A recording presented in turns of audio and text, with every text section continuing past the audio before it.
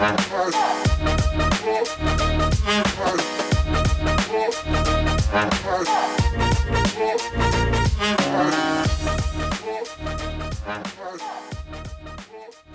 aviación en su modalidad recreativa se ha convertido en una de las especialidades con cada vez más usuarios que se suman a estas actividades que disparan la adrenalina, como el paracaidismo, los wingsuits o el vuelo en parapente.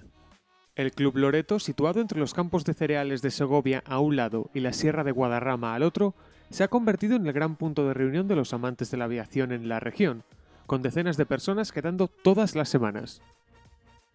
Este campo, teóricamente que no es nuestro, lo tenemos alquilado hacia Senasa.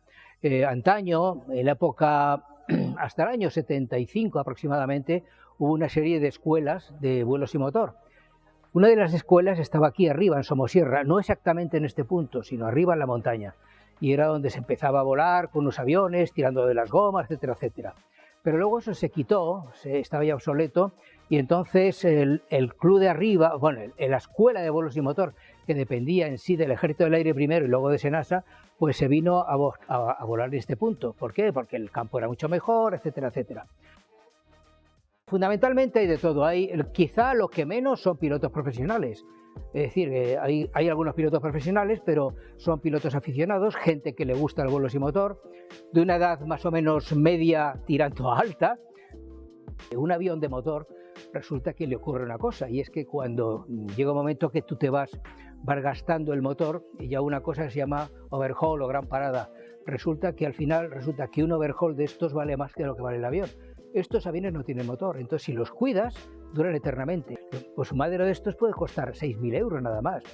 Un avión de alta competición, 300.000 euros. O sea, entre esa panoplia tienes lo que quieras. Iba con un mono de vuelo, estabas en el ejército todavía, de estos de color butano, y tomé tierra en un caserío ahí perdido a las 4 de la tarde. Me acerco al caserío, había unos niños en la puerta, y le digo, niño, ¿está tu madre? Sí, sí. Y dicen los niños, mamá, el butano. Digo, no, que no soy del butano, que yo he venido en ese avión que está ahí. Era cuando había todavía teléfono móvil, es para llamar, que vengan a buscarme. Suspenderse en el aire durante horas como pájaros mientras se siente el balanceo del viento es una afición más que suficiente, pero una vez se cumplen horas de vuelo, se puede ir aún más lejos. Hace muchos años era una parte importante el que fueses piloto de vuelos y motor para ingresar en el Ejército del Aire. Pero luego esto se quitó, porque hoy día los aviones no tienen nada que ver. O sea, un avión de estos como vuela tiene muy poco que ver con un avión de transporte o con un avión de caza, y hoy día no se hace. Prácticamente hay mucha gente, y yo lo recomiendo, aquí se vuela un poco por feeling, por sensación, y es algo parecido a lo que ocurre en el mar. Tú fíjate que los marinos profesionales todos van en el Juan Sebastián Elcano un año. Es un barco de vela. ¿Sirve para algo? Hombre, sirve para mucho. Sirve para que cojas el feeling de lo que es el mar, y entiendas lo que es el mar, etcétera, etcétera. ¿Te va a servir eso luego para ser un marino de guerra en un portaaviones, o yo que sé, en un petrolero, si es marino mercante? Pues yo creo que sí sirve al final. Aquí fundamentalmente la gente que viene es porque le gusta el deporte de la aviación y ya está. Y nos gusta prácticamente todas las cosas de la aviación. A mí me encantaría volar ahora en un F-35 o algo así, en lugar también con un velero. Lo que pasa es que esto es mucho más barato, lógicamente. No, vamos a ver, tú en un principio empiezas en un avión doble mando, donde vas con un instructor, te va enseñando. Hay una cosa que es importante aquí en este club y en general en todos los clubs. Todo el mundo, el trabajo es voluntario, o sea, nadie cobra por esto. Es una manera de hacer que esto no es un negocio, es para hacer que los gastos sean más pequeños, ¿no? Y entonces el que está remolcando con la avioneta, el que está montado en un velero de instructor o algo así, o el que está arreglando el avión, si sabe arreglarlo, pues prácticamente no cobra nada. O sea, eso es una manera de hacerlo, ¿eh? Y luego, lo que es cierto es que no todo el mundo se va a dedicar a la competición. La competición es algo muy complicado. Es lo mismo, yo qué sé, yo te diría de las motos o de la vela en el mar. O sea, mucha gente simplemente lo único que quiere es volar y pasarlo bien, ¿entiendes? Y ya está. Y luego a la competición pues llegan unos pocos, ¿eh? Cuando tienes un cierto... Hay una serie de títulos que son, por así decirlo, como diríamos, deportivos, y a medida que vas subiendo, llega un día, yo también me lo planteé, oye, yo quiero ir a la competición. Al principio vas allí a ver qué es lo que ocurre, hasta que llega un momento que tienes un nivel que todo el mundo está diciendo, Carlos, que tienes que ganar, con lo cual te crea una tensión tremenda, ¿eh? Yo he ganado varios campeonatos de España y todo eso cuando era más joven, y los campeonatos es una cosa muy bonita y se aprende mucho, sobre todo por el compañerismo que hay entre todos. No es una guerra de estas que nos peleamos unos con otros, en absoluto, nos ayudamos todos unos a otros. Bueno, en primer lugar, tienes que tener una forma física suficiente, no te digo yo que sea algo especial, pero es cierto que hay que pasar un reconocimiento médico que es bastante estricto, donde te mira la vista, el oído, te hacen electros, análisis de sangre, de orina, hasta tienes que ver a un psiquiatra, ¿entiendes? Muy poco tiempo, pero lo tienes que hacer. Una vez que tengas eso, ya puedes empezar a volar. O sea, hay mucha gente que dice, no, yo es que yo tengo un problema, yo qué sé, de corazón, yo tengo un problema en la vista, tengo un problema en el oído, y esa gente, desgraciadamente, no puede volar. Podrá volar como pasajero, pero no aprender a volar. Una vez que haces eso, entonces te apuntas a un club de bolos y motor como este, y entonces poco a poco vas a empezar a hacer todo, ¿entiendes? O sea, vas a aprender a volar. Hay una cosa que es muy importante, que es la primera vez que vuelas solo, es decir, en un principio vas a volar siempre con un profesor, hasta que llega un momento que ya vuelas solo. Bueno, a partir de ahí luego tienes que examinarte. Tienes que examinarte para que te den la titulación, que se llama SPL, Sailplane Pilot License. Aunque muchos de los aeroplanos tienen más de 50 años y funcionan tan bien como el primer día, la tecnología se abre camino, permitiendo crear nuevos ultraligeros antes inimaginables.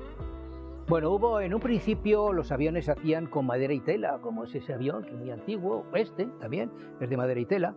Después, en los años, principios de los 60, se empezó todo en plástico. Plástico, le llamamos plástico, pero en realidad era fibra de vidrio, ¿eh? No inventamos nada. O sea, ¿la madera qué es? Es una fibra con una resina. Pues ahora es igual, hacemos una estructura que es una fibra de vidrio con una resina. Y luego, fundamentalmente, se ha pasado al carbono. ¿Qué ha ocurrido con todo esto? Se han encarecido las cosas, pero se ha podido hacer mucho mejor. Y luego es cierto que aerodinámicamente esto parece que es un avión muy simple. Es muy complicado y requiere una cantidad de tecnología enorme, de estudios, de hacerlos no es una construcción amateur en absoluto. Hay muy pocas fábricas en el mundo que fabriquen veleros. Muy poquitas, casi todas en Alemania, porque Alemania fue el país que empezó el vuelo sin motor. Y no cabe duda que luego estás en un índice ya que mejorar un poquito es muy difícil, pero se sigue haciendo.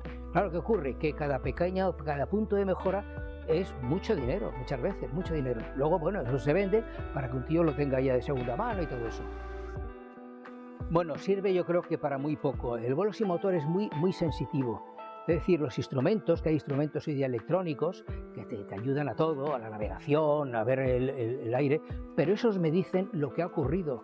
Y aquí todo el vuelo sin motor es una cosa muy curiosa, transcurre en lo que va a ocurrir, lo que me voy a encontrar a lo largo del camino. Yo salgo una tarde a hacer 600 kilómetros, no sé si podré acabar o no podré acabar. Esto es como una barquita que teóricamente la tienes que mantener a flote, porque la madre tierra lo que quiere es que estés en el suelo. En un barco normal te quedas sin viento, bueno, no pasa nada, ¿entiendes? Sigues flotando, aquí te vas al suelo, ¿eh? Y entonces cuando tienes una cierta experiencia prácticamente no te vas al suelo. Te vas al suelo no significa que es que te vayas a estrellar.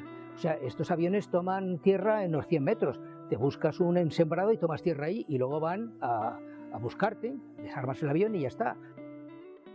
La electrónica sí ha entrado de lleno en lo que es la instrumentación. Antaño todos los típicos relojitos que tenían todos los aviones, eso se ha sustituido ya casi todo por sistemas electrónicos. Esos sistemas electrónicos te ayudan, pero en parte han quitado algo de del romanticismo de vuelo sin motor. Antes había que navegar con un mapa, que no es tan fácil. O sea, la electrónica, no cabe duda, que ha ayudado muchísimo.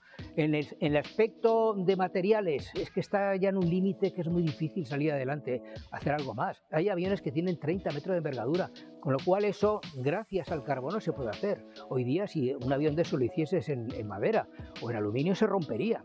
Y eso es una cosa que es muy importante. Ahora, ¿qué hace eso? Pues que antaño casi cualquiera podía fabricar, teniendo unos planos, un avión en su casa, sí, bueno, en el garaje. Hoy día eso es imposible, hace falta un autoclave, es muy complicado. Pero vamos, no cabe duda de que todo lo que se aplica aquí, luego se aplica en la aviación. Jornadas constantes que cada vez generan más interés, dentro de un entorno único en una especialidad que literal y figuradamente no tiene techo.